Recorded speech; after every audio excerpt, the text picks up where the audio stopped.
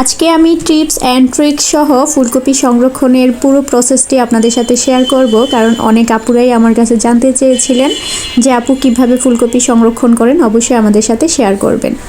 এই জন্য আজকে ভিডিওটি শেয়ার করা। এই যে ফুলকপি সংরক্ষণের জন্য আমি কয়েকটি ফ্রেশ ফুলকপি নিয়েছি। সবগুলো একসাথে সংরক্ষণ করছি না, আমি কয়েকটা আগে সংরক্ষণ করে রেখে দিয়েছিলাম, আর এখানে আজকে 2টা ফুলকপি সংরক্ষণ করব। এই যে এখানে আমি ফুলকপিটা ভালো করে কেটে নিচ্ছি। ফুলকপিগুলো চেষ্টা করবেন সবগুলো একই সাইজের করে নেওয়ার। এই জন্য আমি ফুলকপিটাকে প্রথমে টুকরো করে কেটে নেব, তারপরে বাকি প্রসেসটা দেখিয়ে দিচ্ছি।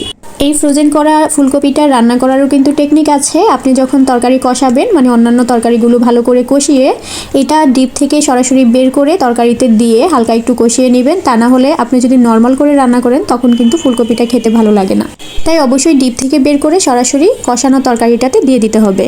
আমার ফুলকপিগুলো কাটা প্রায় শেষ। এখন আমি ফুলকপিগুলোর যে সাইজগুলো বড় আছে ওইগুলোকে মোটামুটি একই সাইজে দেওয়ার চেষ্টা করছি। একই সাইজের দিলে আমি যখন সিদ্ধটা করব, এখানে কিন্তু পারফেক্টলি সিদ্ধ করা যাবে না। এই জন্য একই সাইজের দিলে দেখা যাবে যে মোটামুটি একই রকমের সিদ্ধটা হবে। এই যে এটা অনেক বড় এই টুকরোটা, এই কারণে এই টুকরোটাকে আমি 3টা টুকরো করে নেব। তারপরে আমি বাকি ফুলকপিগুলোকেও সেমভাবে টুকরো করে নেব, একই সাইজের করে। মোটামুটি একই সাইজের হলে যখন আমি হালকা সিদ্ধ করব তখন আর ফুলকপিগুলো ছোটোগুলো ভেঙে যাবে না।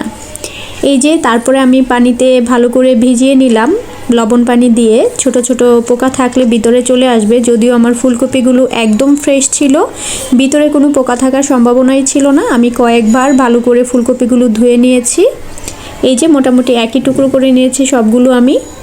এখন আমি বড় একটা হাঁড়িতে পরিমাণ মতো পানি নিয়ে, মানে যথেষ্ট পরিমাণে পানি নিয়ে তারপর পানিটাকে প্রথমে ফুটিয়ে নিব। এখানে কোনো ধরনের কোনো লবণ ইউজ করার দরকার নাই। যদি লবণ ইউজ করেন তাহলে ফুলকপিগুলো ভেঙে যাবে। আপনাদের ফুলকপি অনুযায়ী সিদ্ধটা করে নেবেন। আমার ফুলকপিগুলো একদম ফ্রেশ আর একদম সাদা ধবধবা ছিল।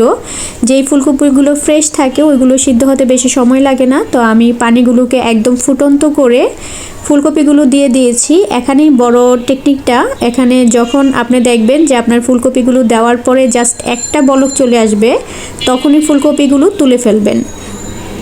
তা না হলে কিন্তু ফুলকপিগুলো সব ভেঙে যাবে আর রান্নার সময়ও ঝরে যাবে।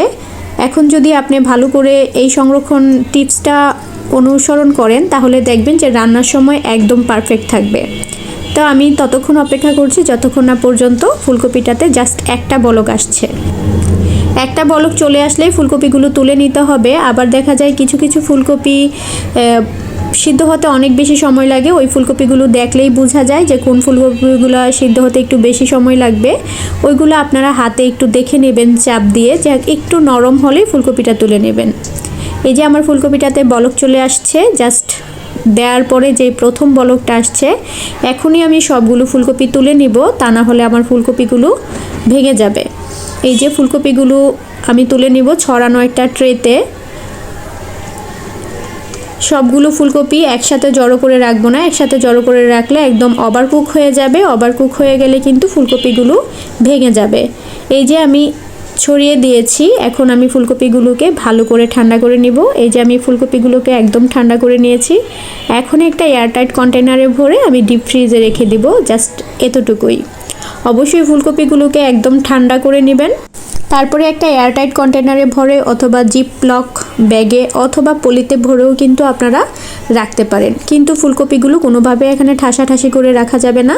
একটু পরিমাণে জায়গা রাখতে হবে যাতে ফুলকপিগুলো ভেঙে না যায়। চাপ লাগলে কিন্তু ফুলকপিগুলো ভেঙে যাবে। এভাবে ফুলকপি প্রসেস করে দেখবেন, খেতে কিন্তু একদম ফ্রেশ এবং সতেজ মনে হয়। ধন্যবাদ সবাইকে। সবাই ভালো থাকবেন, সুস্থ থাকবেন। আসসালামু আলাইকুম।